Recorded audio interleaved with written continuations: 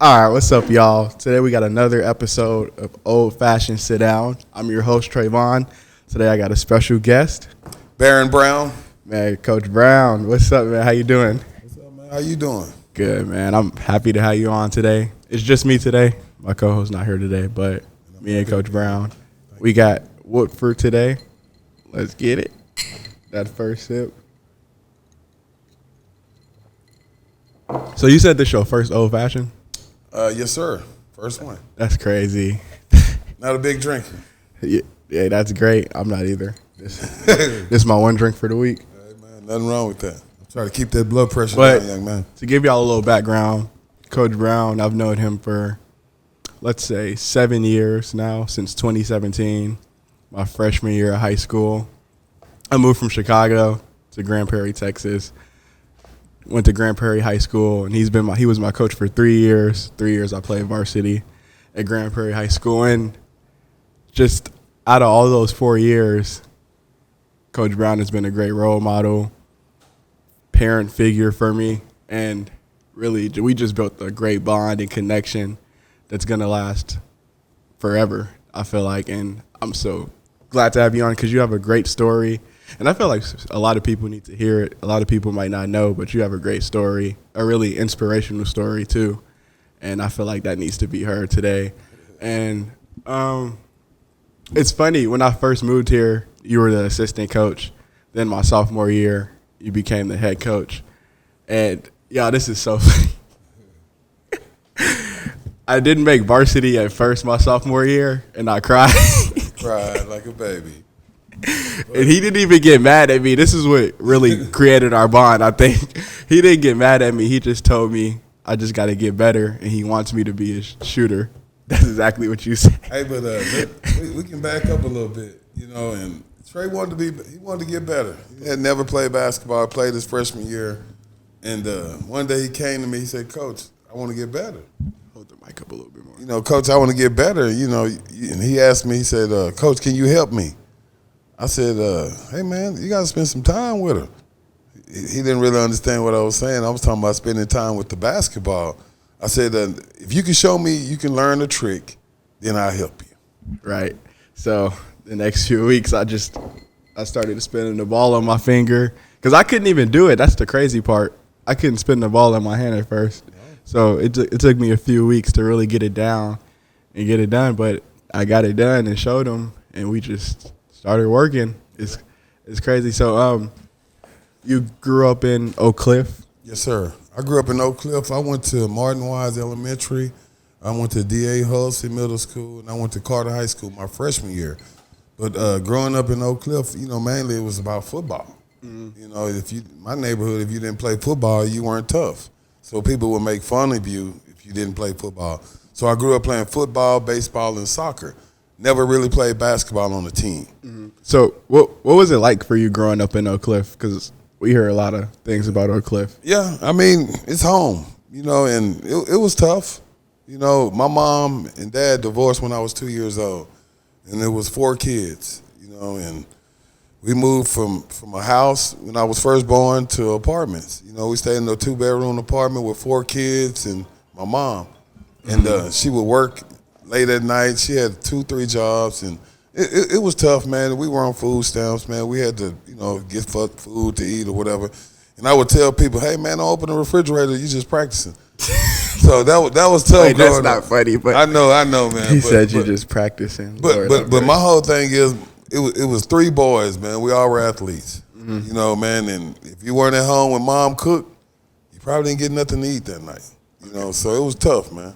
Man, I could even just having you as a coach. I can tell you grew up with all like brothers. Yeah, see, I love my brothers. The difference for me, I grew up with a sister and cousins who were girls. Right. So it's you see a lot of different features you would have. Like it's a lot of different. and man, and I meet people all the time, man. They don't have big brothers, man. Right. I had 2 big brothers. Right. That were tough. And they weren't letting me be soft and talk back to mom and disrespect. No, you can't do that. Not at here. Not at this house. Right. Playing soccer, baseball, and football, which one were you the most serious with? Which one did you take the most serious? Man, that's a great question. At the time, it was soccer. because that was the first coach I ever had that believed in me, man. You know, my dad moved to Kaufman, Texas, right outside of Seagoville, and like every other weekend, me and my brothers had to go to my dad's house, but we had soccer games. Mm-hmm. But my older brother played before I did. The coach would drive all the way to Kaufman, pick us up, bring us to play games, play the games. Yeah, you know what that sound like? Take us back to Kaufman. Wow, that's so interesting. It's crazy. That's so funny. I feel like that wear it off on you, because that sounds like you. Yeah, that is something you would do. Actually. Hey man, that guy is 96 years old, man. I had the chance to learn from some good men. You know, he taught me a lot, man. Being on time, you know, just honoring people and just people that can depend on you. That's important, man. Right, man. Dang, that's good. So soccer. Soccer. So that's in middle school. You played soccer? No, this elementary. Elementary school. Elementary. Okay. And so then, you know, playing soccer, I kind of figured it out. If I score goals, I can probably get something to eat after the game. So I didn't have to worry my mom with that. What's the most goals you had in the game? Probably three. I've scored a corner kick. How hard is it to hit a home? What's the hardest? Getting a goal, a home run, or a touchdown in football? Woo. Boy. I mean, for me, baseball and soccer, I would score goals and hit home runs. But football, I would score touchdowns also. I would say probably baseball, hitting a home run. Man, I couldn't so imagine hard. playing baseball. Oh, dude, it's hard. But I would hit home runs. You know, like the first year I ever played baseball, I made the all-star team and everything, man. I played third base, pitcher, and catcher a little bit. My second to my oldest brother played catcher for Carter High School. He started as a true freshman in high school. So that's the person I really looked up to, my brother Alex Brown. So that's who I really looked up to. Man, shout out Alex. Yes, sir. He always be around. Yep. So I know you play basketball. When did you start playing basketball? Not seriously till my sophomore year in high school. You know, going into high school, what was your main sport? Football. Football. I started at Carter High School as a tight end. You know, I played. Man, dude, I scored a touchdown. Robert Hall was our quarterback. Robert Hall was the quarterback when they won state. Mm-hmm. Robert Hall became the quarterback at Texas Tech. So me and him go way back to probably the second, third, fourth grade. Mm-hmm. That's interesting because, okay, we'll get into that later. But so how many years of varsity did you play football? I left my sophomore year of high school. I left. My mom, we moved to Lancaster. Uh-huh. You know, and my mom's stepdad had been in and out of our lives or whatever. He finally got it together. He used his GI Bill. Mm-hmm. So we ended up getting a house built in Lancaster. Right. So this is the change of my life. You know, and at the time I was still playing soccer. I was kind of playing baseball a little bit, but not like I wanted to at the time. But I never played basketball in between this time because I think I had got injured my freshman year and I ended up not playing again or whatever. Mm-hmm. So when we moved my sophomore year, all summer long when I was going to open gym, I kept hearing about this guy named Thomas Hill. Okay. And I never heard of him because I grew up with Todd Westbrook. And Todd Westbrook left. He did the same exact thing. That's Marcus Smart's oldest brother. Okay. And he did pretty much the same thing I did, but he did it before me. He was a year older than me. So Todd Westbrook moves to Lancaster and plays varsity as a sophomore. But he played at Carter as a freshman on varsity. Mm-hmm. Oh, this dude was bad. This is Marcus Smart, biggest brother, our oldest brother. So then when he moved, and a year later we moved, I said, man, you know what? I've been hearing about Todd out here killing, and I keep hearing about this dude named Thomas Hill. So finally I meet Thomas Hill.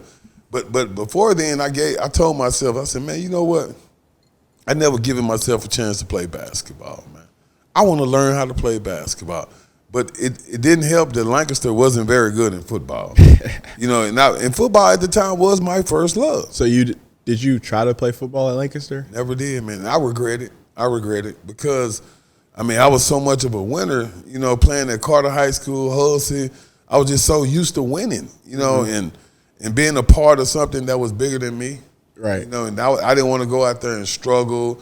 I didn't know the people. The coaches never reached out to me. So you didn't even try out for the football team? I didn't even try, man. I didn't try out for baseball. I just played. I was so in love. I fell in love with basketball, kind of like you. Mm-hmm. You know, your sophomore year, I started watching video.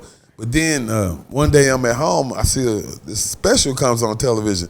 It's about Spud Webb. Right. You know, little short 5'6". dude. Yeah, he's slamming in the game or whatever. I was like, dude, if he can do it, I can do it too. Right. You know, but man, I don't mean to go too fast, but the story about Thomas Hill, I learned so much from him. Yeah, that's what I was gonna ask. Did he teach you how to play basketball? He taught me how to work out. Mm-hmm. He taught me how to get your body strong. Right. So he could do 360s and windmills in the 10th grade. I could barely grab the rim. Right. So that upset me. You know, so that's how me and him became almost best friends instantly. You know, we started working out. We respected each other. Right. We would run the sand pits. We would do squats, heels. But this in like 87. 87, dude. Right. I was like, hey, man, I know it was a long time ago. Man. My mom was straight to that. 87. So Coach Hill, that's what I know him as, Coach Hill, because he would come around a few times.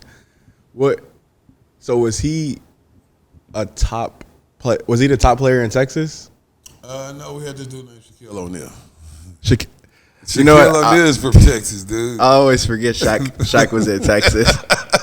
No, but he was a top player in the state of Texas. Man, Thomas had a lot of options. People don't realize that Thomas Hill verbally committed to Kansas in high school. Oh, I didn't know that. He went to Duke. Right? Yeah. He's famous. He got a famous scene from the national championship. Man, that's my guy, man. You know, he was. But over time, man, you know, and I take pride in this, man. All my friends are great basketball players, great people. You know, they made a lot of money, had a lot of success coaching and playing their basketball. And I try to pride myself in that, man. All my friends are real knowledgeable of the game. They can explain the game. They want to help kids. Right. So that inspired you. Yeah, that inspired me.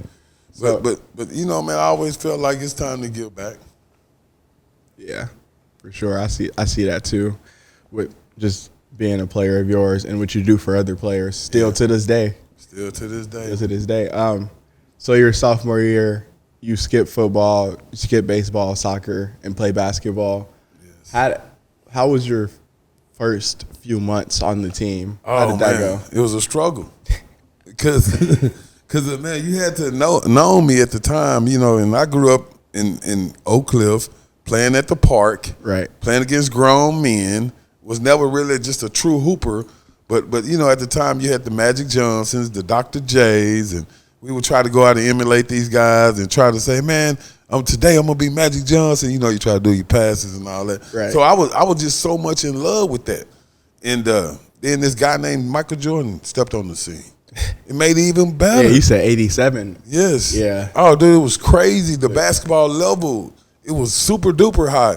Man, but even when you go and think about the NCAA tournament, you know, it was parity all over the place. So you didn't really know who was going to win. But I was a Phi Slamma Jamma big fan.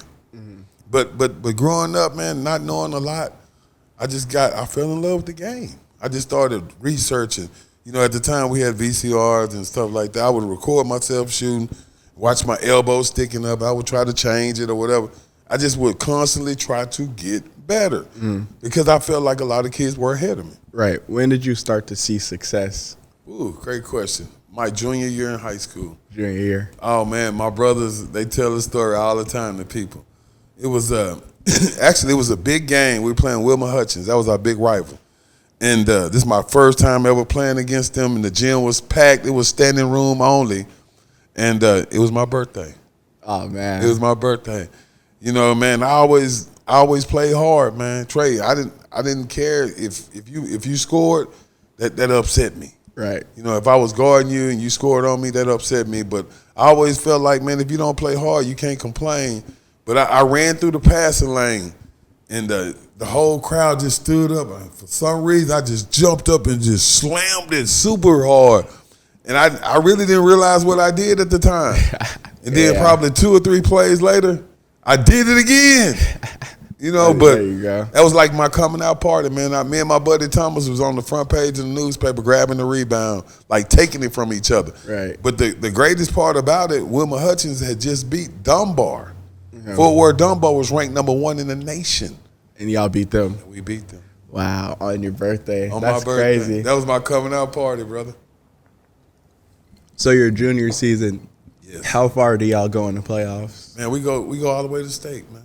It was really bittersweet because one of my teammates, Ty Westbrook, man, he had got cancer in his eye. He was All-American. He made All-State sophomore of the year, Marcus Smart's oldest brother. And it was kind of sad, man. He was a childhood friend of mine, and watching him go through that, man, it hurt. It hurt.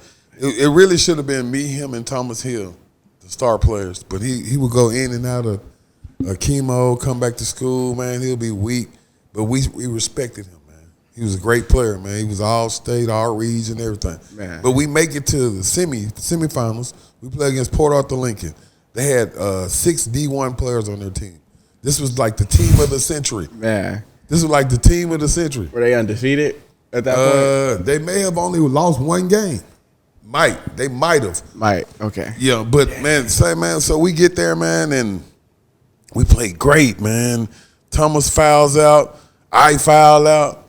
We lose by 1 point still, man. Why is it always 1 point? I know, man. Dude, but me and Thomas, we talk about this all the time. 1 point. 1 point. Trey, Yeah. that hurt. My junior year. Same story. Same story, dude. I mean, I was the best player in the world. We lost to Duncanville by 1 point. 1 point. Free throws. Yeah, but that was my junior year, man. That's crazy. You know, man, we went through a lot that year with Todd, man. You know, having cancer, being at practice one day, then he can't show up the next day. It was tough, man. But looking back at it, it was a lot for us, for some 16, 17-year-old kids, man. Right. Yeah, because you don't see that a lot. No. You don't see that ever, honestly. Yeah, but my junior year, we made it to semifinals. Lost by 1. By 1. My senior year, regional finals, we lose to Highland Park. Dude, we might have lost 1 game that whole year. Dude, my buddy Thomas Hill, he jumps over the guy's back. He gets his fifth foul. He fouls out. And that was a close game. They called the over the back foul. Oh, man, dude. I done been through it, man. But you know what really changed my life? The very first time Dallas kids, DFW kids were able to go to Vegas. That changed my life, Trey. I was a junior. You know, after playing the whole year varsity. Right. We had tryouts at the Joe Louis Arena. And it was probably 100 people in the gym. So, but they were selecting 3 different teams. What I'm talking about, I got guys that played in the NBA, everything, all D1s, whatever, just 100 kids. So they're choosing 3 different teams. You know, one is kind of like the varsity, one is like the JV, one is like the freshman. And out of these 100 kids, man, I got picked for the top level team, man. Yes, sir. It changed my life, Trey. They all went to Vegas? Went to Vegas, man. First time Larry Johnson didn't play in Vegas. None of these guys that were before me. So number 1 pick, right? Yeah, number 1 pick, number 1 high school player, number 1 college player, JUCO, everything. Wow. But never played outside of Dallas because the rules were holding us back. So, but when I got back from Vegas, man, I had people at my house, University of Miami, all these different Baylor. All these people want to talk to me. They want to, you know what I mean? My life is changing. Right. And it was real to my mom, you know, and I had a hard time getting to Vegas, Trey. I had to scrape up nickels and dimes and quarters and pennies and everything. Oh, man. But guess what? You did it? I did it, Trey. Man, you flew to Vegas? Yeah. I mean, we had Greg Ostertag. We had all these people. You know what I mean? We were loaded. Everybody on our team, not everybody, I think. Well, yeah, I think everybody on our team played college basketball. Wow. Did Thomas go? Yeah, he went. Yeah, T. Hill went. The first time Dallas kids, T. Hill was on that plane. You best believe it. Shout out This Coach Hill wasn't letting that happen. So, getting all those offers and getting all that like exposure going to Vegas, coming back, what was the hardest part about getting all those coaches coming? Like, what were you feeling? Wow. Like, that's a lot of pressure. Man, Trey, it was a lot. Yeah. You know, and it was hard. You know, and I was getting recruited by a lot of different people, man, and I always felt like the people that showed me the most love or attention, that's where I was going. Man, I had a guy, his name was Rob Evans. He was assistant coach at Texas Tech. Me and Thomas we would go to different gyms throughout Dallas, and I always would say, hey, man, Thomas, see that guy over in that corner? That's the dude from Texas Tech. Why is he hiding? Man, I don't know. That was weird to me, you know, but that made me kind of pay attention to him more. Right. Okay. So, Getting all those offers and like attention, did that make you work harder, or did you start to chill? Like basically, did you stay humble, or did that motivate you more? That this is my dream. I'm sure your dream was to go to the NBA. My dream of going to the NBA is becoming more of a reality. So yes and no. And the no is the NBA wasn't my dream. What was it then? My dream was to play football. It was my whole life. Right. That's all we did. We always played So football. even at that point of playing basketball, I didn't look further than college, but I looked at the opportunity to get a free education, right? But my senior year, when I got to Lubbock, I felt like I had a chance. Man, I only knew how to play one way: play hard. right? Play hard. I didn't care if you were 6'10", 6'9", 6'1". Play hard. Don't make up excuses. So when I got to college, I played as a true freshman. And I always worked hard, and I think I could have worked harder. Right. That's what I was asking. Like when you got all those offers, did it make you chill out a little bit, or did you chill basically, or did you work harder? No, I would say I chilled. I didn't work harder. And I wasted a lot of time. And that's why I concentrate on that a lot with my daughter and my players. Yeah, I can't think of how many times you told us that. Yeah. You're wasting time. Wasting time. It's proof in the pudding. Yeah. And a lot of kids don't realize it until when? Until it's over. Until it's too late. Hey, Coach, I should have listened to you. I love you, Coach. Hey, man, I love you too, man. You should have listened. Hey, but guess what? So, man. Still give it to you, man. So Facts. What ultimately made you commit to Texas Tech? Like I said, it was the Rob Evans, constantly coming to my workouts and showing up and being visible, and I just he cared. Right. Even when other coaches would come, I always had this thing about asking you to get a drink of water. Like some coaches wouldn't accept it. They come in your house, they want to sit down, talk to your mom, but they don't want to drink out of your cup. When Texas Tech came to my house, Gerald Myers took off his shoes. He put dude, this is a true story, dude. He took off his shoes. He took off his shoes. He drank the water, everything. But he's a good old country boy. Right. But when I can't remember. I don't even want to get their names wrong. It's been 30-plus years. When Baylor came and all them other schools, it was different. Right. Okay. And I kind of remembered that more than anything. And that was really the reason why I went to Texas Tech, because I felt like they cared. Okay. And that's good. So how many years did you end up playing in college? I played 4 years at Texas Tech. I have a lot of different injuries, just from playing hard, being me. Right. I was always athletic. I always could shoot. But I broke my ankle, and I had 2 knee surgeries, pinkies. I broke my back, but I never complained, So all those injuries, what did that do to your mind? Oh, man, it was tough, Trey. I was depressed, man. I love basketball so much I couldn't even quit. Right. I wanted to quit. Because we were terrible my freshman year. Not only that, we were staying in the hotel for 2.5 months. The coach was mean. He didn't invite you into his room and stuff like that. But what really helped me a lot was Rob Evans, man. On Sundays he'd bring me the meals for the team and just little things like that, man. And losing obviously is not fun. And man, I was just in a dark place, man. Then when I got hurt, that made it worse, Trey. Right. Because going into my sophomore year, like at the end of the spring, kind of like now, this is when I broke my ankle. Yeah. So now I'm going home with a cast on. I probably should have surgery. They're trying to rehab my ankle. It made me even more depressed. So I come back, I'm still injured. Right. But I play a whole entire season with an injured ankle. Man, that's and I got games. That's building mental toughness. Yeah. Right. And I was in a dark place at that time. And I don't tell people this a lot because, man, I don't want you feeling sorry for me. Right. But I was given the opportunity that a lot of kids don't get. Right. Man, So you went with it, man. It was a blessing. Yeah. And so my sophomore year, my first 2 years, I had Gerald Myers as the coach. Mm-hmm. So I started as a true freshman. Me and my roommate were freshmen. So when I got hurt, it was kind of different. I couldn't perform like I wanted to. You know, at the time I play above the rim. You know, I catch oops, dunk it back in, whatever. But I couldn't play like that. Right. Because my ankle was still hurt. But that year, SMU was picked to win the conference. You know, and I don't know, man. It was tough, man. Like after the game, or I could be running down the court, my ankle just lock up. I just fall to the ground and, you know, wiggle my ankle a little bit, it'll come unlocked. I start back running. I don't know what year this was that it happened. That you said earlier, Thomas won the national championship at Duke. Yes, sir. Seeing Thomas win and you're dealing with all these injuries, what did that do to your relationship, or how did Thomas help you out, or how did you? Yeah, and that's funny you say that, because I would call him Trey.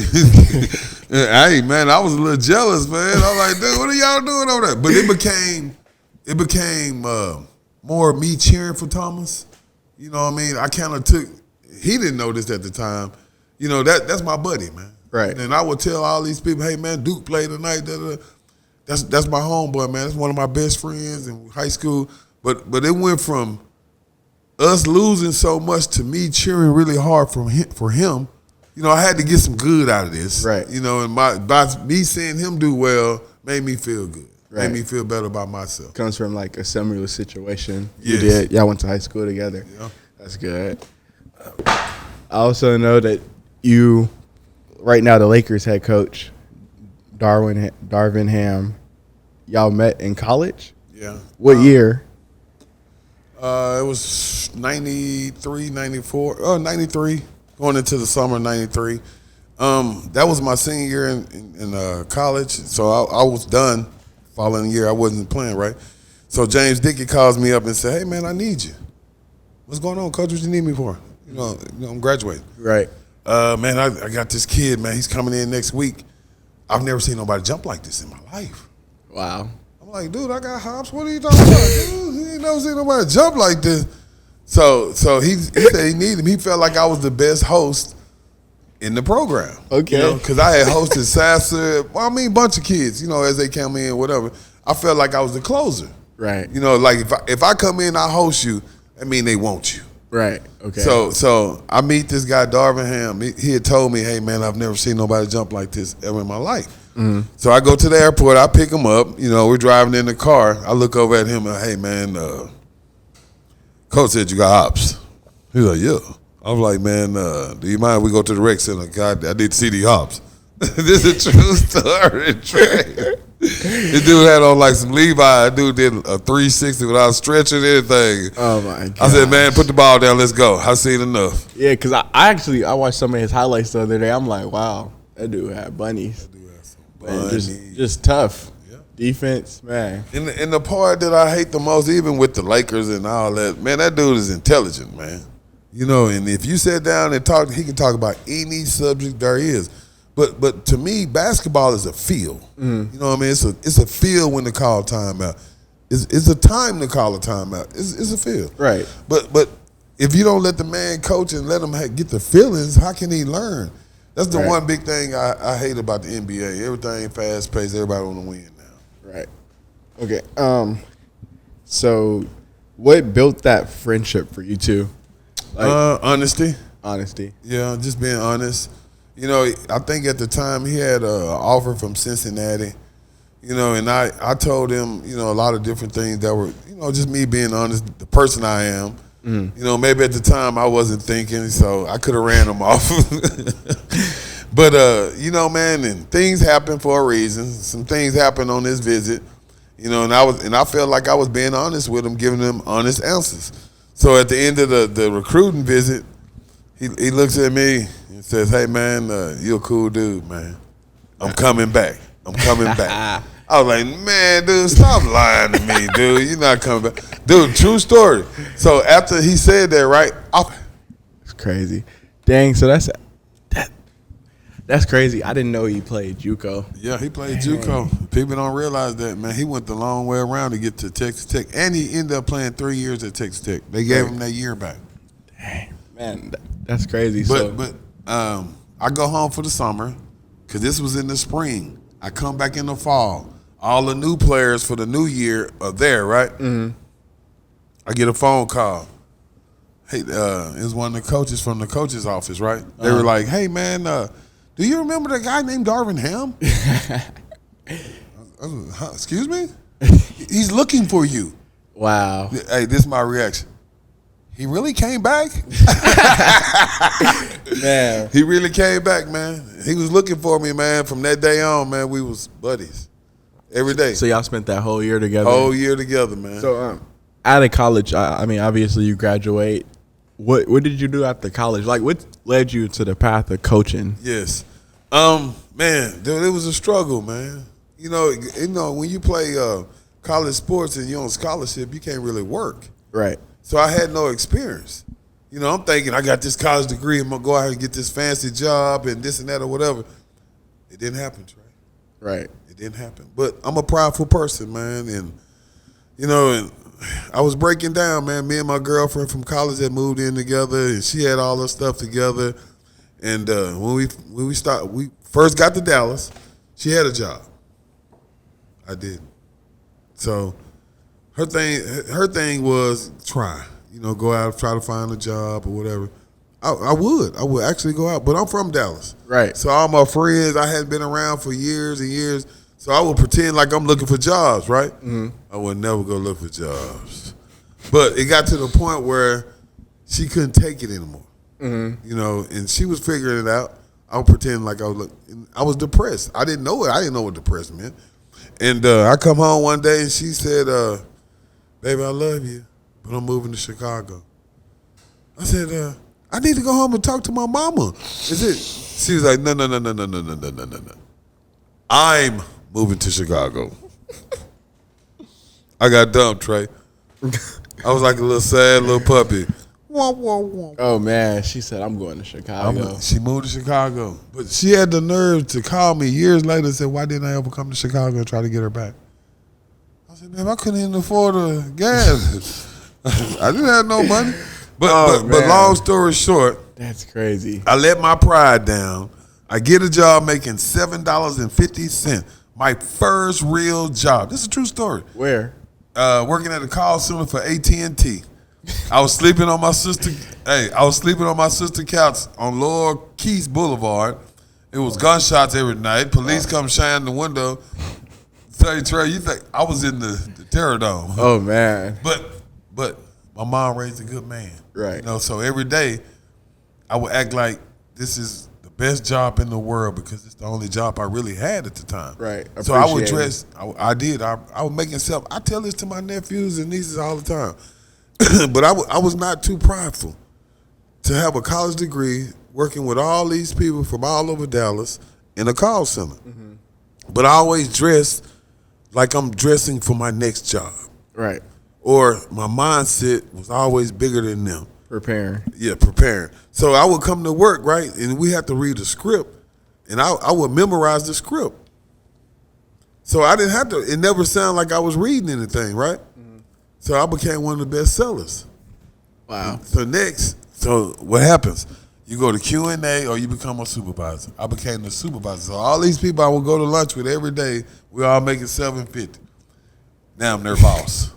One day you walked in there making $15 an hour or something. $11.50. Oh, you skipped up them. Back then, $11.50, you was making some bank. Right. Okay. Okay. Because it's like the 90s? Yes, early 90s. Early 90s. No, okay. 95, 94. Okay. Wow. I said mid-90s. So after that, what did you do after that? Man, I had worked there for like a year and a half. I became a supervisor, making more money, right, working overtime, whatever. My life changed a little bit, but I'm still kind of thriving for something bigger, man. Right. And I had put my application out a lot of different places or whatever. So one day I was watching this show, and a bunch of jobs came across, job listing. It said Parks and Recreation. Therapeutic. My background is in therapeutic recreation. Okay. I work with a lot of handicapped kids. Oh, man, that'll be a pretty cool job. I wish I can get the job and whatever. So I put my application in, whatever. This guy named Bill Bevins, he interviewed me. Mm-hmm. He said, Barron, I remember you, man. You went to Texas Tech. Yeah. Hey, man, changed my life, man. Man. Dude remember me for playing ball because he played at Midwestern State. Okay. So he gave me a chance, Trey. Look, God right there, Say, man. hey, man, if that man wouldn't have known who I was, You might not have got it. I probably wouldn't have gotten that job. Yeah. So, but my life is about to change. Right. So then I go over to the city of Irving. So I think the last day I had worked there at the call center, somebody broke in my Jetta. Mm-hmm. I was mad because there was a camera right above where my car got broken into. But you can't see nothing on the camera, so you might well take the camera down, right? Right. So I ended up leaving there and working for the city. And I started off part-time. Again. Part-time. Again, but it's more money. Right. And they took care of me, man. And I had met this guy like 4 years after I had been working there part-time or whatever. Guy comes in, new supervisor, black guy, Joe Moses. Okay. So now I meet somebody that's going to take a chance on me, man. Mm-hmm. I remember I was part-time. Right. He looked at me, man, and said, hey, man, why aren't you full-time? I don't know. You know, and I just always think about this one kid saying, hey, Mr. Brown, why all the part-time people are black and all the full-time people are white? Mm-hmm. But all the kids are black. Right. And that man said that to me. Man. That man said, he said, man, B, the kids can't relate because you're not full-time. B, wow. I'm going to help you become full-time. He said, B, I'll watch what you do. You love these kids, man. These kids come here for you. At the time, I didn't know that. You know what I mean? I'm just thinking I'm doing my job. This is what you're supposed to do. Right. I always remember, man, I had these twin girls, man. They was pretty good basketball players. They wanted to play ball. But their mom didn't have a lot of money. Man, I remember one time their shoes were splitting from the top.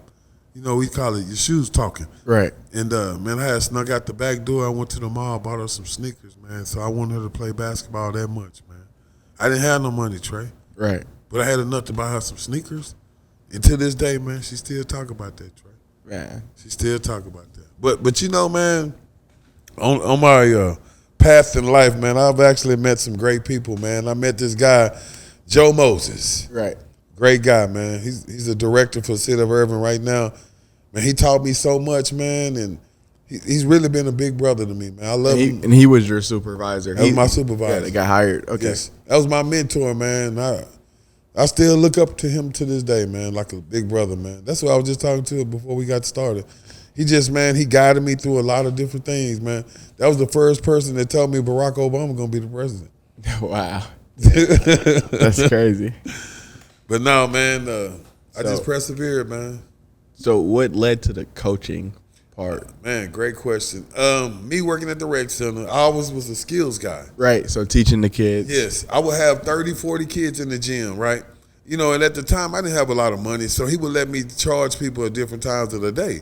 I would charge $25 to $50 an hour, right? This is like 98, 97. Right. So, but you had to commit an hour or 2 hours to me in order for me to be able to work your kid out, right? But I would have a large range of kids. Okay. From elementary to middle school to high school. But Tom Inman, he was the head coach at Plano at the time. Mm-hmm. But that's my buddy. You know, we go way back to AAU. But he would come to during lunch, he would come over to my rec center and just watch us play ball, right? But he was so fascinated, how could I have 30 kids in this gym, but nobody's talking? Right. They're all listening. Right. There's no distractions. So that really impressed him. So one day I get a call from a guy named Joseph Showell. He was actually the principal over at Grand Prairie. My buddy Joe Moses had met him the weekend before at an Omega party. Mm-hmm. And he was complaining about his Grand Prairie Gophers were terrible.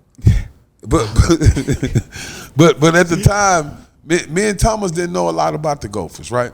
So when my buddy called me, he said, hey, man, I talked to the principal over there at Grand Prairie. B, that dude ready to hire you right now. I didn't hype you up, B. You know, so I call him, show well, whatever. But I'm a thinker. Right. I was like, dude, you got to have certain things to be a coach, high school. But at the time, I didn't really know everything. Right. I was like, you know what? Tom Tom could get that job. So me and Thomas started going to the Gophers game. They were 0-26. They lost every game, dude. And they had two kids that were 6'8", 6'9". Man. So me and Thomas started going to the games, right? But I had contacted Tom Inman about applying for the job, right? The head coach job. Head coaching job, because it was vacant. Right. So Tom calls Troy Matthews. Matthews kind of like tell Tom, hey, man, go ahead, fill out application, whatever, I like you, but you got to do the proper protocol. Right. And so Tom gets hired. The very first person he calls is me. He said, Barron, you will not believe this. I got hired as the coach at Grand Prairie. Huh? He said, but one thing, I want you to come as a coach. Oh, man. I looked at him and said, Tom, I don't want to be a high school coach. That ain't what I went to school for. Right. But at the time, you know, I was already coaching. I had an AAU program. I was doing skills. But these kids were being successful. Right. Like getting scholarships, D1. But all my kids were getting D1 scholarships. And who's the best player you trained in that time? wow, great question, boy. Probably Tommy Moffitt at the time. Tommy, man, I had J.J. Thompson. JJ. He went to U of H. J.J. Thompson was a bad boy. Keith Frazier. I heard of Keith. He went to SMU. Yeah, he went to SMU, UNT, UTEP, and somewhere else.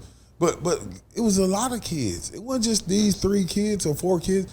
It was way more than this. Dude, I can go back to Jeremy Mayfield. He's 6'10", 6'11". Jackson. I had an AAU program. I had dudes 5'9", 360s in 10th, 11th grade in high school. 360. Oh, yeah, man. I had a bad squad. Man. Hey, but fast forward it to Inman. You know, he asked me to be a coach, right? And I said, man, Tom, I don't have a certification. I know nothing about teaching. Right. So I go home and talk to my wife. She tells me, hey, babe, you know that's in your blood.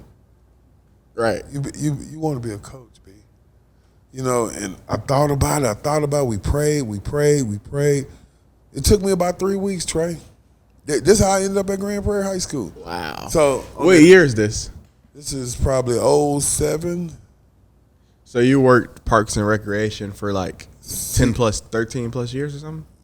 Yeah. About 14, 15. I can't really get the numbers down. You know, somewhere up in there. Right. And I really didn't know what I was getting myself into, right? So, but when I talked to my wife and I made the decision to become a coach, I called Inman. I said, hey, man, my wife prayed about it. We talked. I'm going to have to take a pay cut, you know, to be able to catch up, you know, in order for me to get to back where I need to be in life, you know, with my money. And I said, Inman, I'm coming. Man. He started yelling, yeah! You know how crazy, you know how Inman is. That's my dude, he's crazy. Man. So I decided, but Trey, I didn't know what I was getting myself into. Right. I didn't know this. I had to go back to school. I had to go to alternative certification. I had to go take 2 tests. I'm in my late 30s. You know, and I had some stuff happen to me in my life, and I was afraid. I didn't know. Right. But I took a chance on me. I just remember one of my coworkers, Jeff Gibson, man, he came up to me. He said, hey, B, one of my buddies, man, he was trying to be a coach, high school. He kept flunking the test. But, B, you going to give up this job for the city? You making almost $30 an hour, B. Man. You going to give it a job up? This is what I looked him in his eye and said, hey, man, no disrespect to your homeboy, but he ain't me. Right. He ain't me, man. I'm betting on B. Brown. Right. So what happened was I had to go back to ECAP, alternative certification. I would drive every day 30, 45 minutes, but I had to pass 2 tests. Right. But I always been a good student, you know, but I didn't know where I was at the time because I was so much older and had been out of school for so long. You know, and I went through the whole process, man, and I made it through it, Trey. I bet on B. Brown, man. I'm making the most money I ever made in my life. Man. I took 2 steps backwards to take 5 forward, man. Man, right? That's crazy. So you took a pay cut to go coach at Grand Prairie coach in 07. 07, 08. So you've been there since 07. That's like 17 years. You coming upon 20 years. Hey, man. That's what I do. I put in the numbers. But you know, man, and I don't even look at it. Time goes by so fast, man. So fast. You lose track of time. Yeah. Dang. So that's crazy. All right, I'm going to just ask you one question. it ain't gonna hurt my feelings if it. I know it's probably not me, but who's your favorite player you ever coached? Wow. I never thought about that. My favorite player to ever coach. Wow. Yeah, you had a lot of players. Man, Trey. I mean, you're in the top 5. Ah, let's go. You're in the top 5. I would say probably Posey. Posey. Yeah, because I could talk to him any kind of way, and it never really bothered him. And I felt like he loved me, and he would do whatever it took. You know, even when he would come watch us play your sophomore year, I knew he was back there. Right. I knew he was watching. I knew what was on his mind. He knew he had to help you guys. You know, y'all came up in the same little category, same age and all that. But the only reason why I kind of hesitate to answer that question is because he did leave us. But he did come back when I took over. Right. Man, I had I love Juan Marino, D-Witt. Man, it's a great question, man. Yeah. I never really thought about that, Trey. And that's a good question. You know never what? think about that because it's so much. It's just a big family. It's a big family, man. You know how much I care about my kids, man. Right. You know, and I do anything for them, man. And I got to get a better answer than that, man. I never really thought about who's my favorite player to coach. Right. Wow. Man. But I would say Posey right now. See, it's easier for players because you don't get a lot of coaches. You don't. You get you level it down to 4 or 5 coaches maybe. Yes. So, I mean, you and Coach Jones. Coach Jones was my first ever coach. Yes. Shout out Coach Jones. I love Jones. My boy, man. Man, y'all my two favorites. It's a tie. Yeah. Y'all both. But you know, in sports, man, you come across so many different people, man. And, Yeah. And it's good, it's bad, whatever, man. You know, I love you like a son. But, man, you meet so many people, man. So many personalities and so many things happen throughout the time. Yes. Man, it's tough. But, man, like I said, you have a great story. I appreciate you so much. I love you. Best coach I've ever had in my life. One of the only. And, man, you helped me a lot. Just even going out of high school, one thing you told me is it's just a game. I mean, my dream, I've had a dream to go to the NBA, but I knew that wasn't a reality. But you always told me, focus on my classes, focus on school, and just work hard. Yeah. And that's one thing I've never let go, that you told me, just work hard. Yeah. I worked hard at everything I've done since high school. You know, man, in life, man, sometimes we make the wrong turn, or somebody could have told us something before we made this mistake or whatever. And I just try to give you from the experiences that I've been through. Right. You know, and NBA wasn't my dream. Right. You know, but my dream was to play football. But then that dream changed when I started playing basketball. Yeah, life is full of seasons. It's full of seasons, man. So when I got to college, man, and I done had knee surgeries and broken ankles, I was burnt out, man. Yeah. You know, and people really didn't believe me at first because I could still play. Right. You know, dude, I can go play in the league and score 40 points like it's nothing. Hit 7, 8, 9, 10 threes. But people like, B, why you don't play overseas, or why you don't do this? I'm burnt out. Right. I don't want to play no more. Mm-hmm. I don't want to feel like that no more. I don't want to wake up after surgery. I don't want to do it. Right. So people would, man, you lying. You're not telling the truth. Man, I'm good where I'm at in life. Right. You know the little round ball? I done been to Spain, Germany, Switzerland. Dude, I done had some fun, man. That one ball. I'm a little dude from the hood. I'm a dude from Southport Apartments. You know what I mean? But I done been all over the world, man. God is good, man. Great. God is, man. And I appreciate it. I really do, Trey. It did a lot. Man, but you know, the biggest thing I think I've done with my life, man, is give back. You know, man. That's the best thing we can do in life. Yes. Man, I definitely feel that. I can't wait to see where life takes me. And you know, somebody told me one time, they was like, hey, man, B, when you leave GP, what you think gonna happen? You hope you left a legacy. You hope you left a mark. I hope I left a mark, man, a legacy, all that, man. But I don't want to see them go backwards, man. Right. I want to see them win, man. Man, and you coming in, that definitely, man, it turned the tide for sure. Yeah, and I was talking to somebody the other day. They were talking about the difference between me and other coaches. It's just the expectation, man. Right. You know, and man, you can expect a little, you can expect a lot. Man, let me tell this story. You were never satisfied. It didn't matter how good we were. Like my junior year, we won 20. We lost 3 games. 28. 27-3, sir. 28. 28, right? 28. I thought it was 27-3. Nah, I thought it was 28-3. All right, we'll go to 28-3. So we in this game, we're losing by like 2 points. It's like, I think it's like the third quarter. We weren't having the best game we had all. Maybe we just weren't having the best game. You just look at us and say, y'all, we're gonna win, but y'all just making it hard. Like it's just that confidence we see in our coach that just makes us. Yeah, and my wife, man, we can do it. Yeah, my wife talks about it all the time. She said, "Man, you walk around like y'all going to state." I said, "In my mind, we are." Right. You know, mentally tough. Yeah. You know, and I was talking to Coach Jones yesterday. He said, "Man, you different, man." He said, "Man, the way you think." He said, "You think like a millionaire. You think like a rich dude." Because I do. Right. Because that's the mindset. I think like a winner. Right. Me too. In my mind, I think we're going to state. It's just those life experiences that you've been through. It changed your mentality.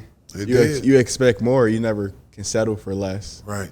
You know, and I always go back to if I didn't work hard, I wouldn't have got what I got. Right. You know, I couldn't be mediocre.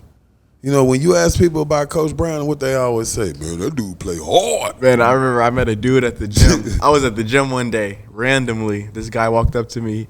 Well, he was watching me play. He was like, where you play at? I was like, Grand Prairie. He was like, oh, B. Brown there. That dude was tough. That's right. I told you about that. I know, man. Yeah. But, man, I had worked with this guy one time, and he had went to the barbershop, and he had come back and said, hey, man, I met this guy that grew up with you. He was telling me how good you were in basketball and this and that, and this boy B. Brown, one of the coldest dudes come out of Dallas. And my coworker says to me, B, why haven't you ever talked about your basketball career? Why you didn't tell me you was this good a player? I looked at him and said, it's over, man. Right. You know, I didn't think I had to tell you nothing. That season is over. It's over, man. That's also just humbleness. Yeah. Man, because you'll get a lot of people who will talk about it forever. Forever. Just living in the past. Yes, and I can't live in the past. You got to look forward. Look forward. What did I always talk about? A car has a rearview mirror for what reason? Past. Because it's the past. Because you always going forward. You're always going forward. Man, that's. See, Trey, you can't forget that, man. We got to end it right there. No, that was good though, man. But I think we should. We hitting an hour. So, yeah. Man, thank you so much for coming on and sharing a lot of your story. I appreciate it. And man, it ain't over. You still going. Yeah. Yeah. Man, let me say this last but not least. Man, I appreciate you. I appreciate you for respecting me, man. Trayvon, I'm being serious. All right. Man, I really respect you as a young man. You're 21 years old now. I watch you grow from a 14-year-old kid to a 21-year-old man. And I think God got you. You know what I mean? He's showing you the path. And I think you just keep reaching for the stars, man. Everything you want to do in life, you're going to be able to do it, man. You know, your mom is watching over you, man. You live through your mom, man. You know, I lost my mom and dad within 2 years, man. It's the toughest thing I've ever had to do in my life, Trey. You know, I buried my mom and dad, man. That was tough. It took a lot of nickels and dimes and quarters out of my pocket. But, hey, man, I honor my father, man. That's the first time I ever cried on my dad. You know, my dad was a Vietnam vet, man. That was proud for me. I was proud. You know, my mom and dad buried right next to each other. So don't think you're in this game by yourself, brother. Yes, sir. I'm with you all the way. Yes, sir. Love you, bro. Thank y'all so much if you made it this far into the video. Old Fashioned Sit Down. See y'all next episode.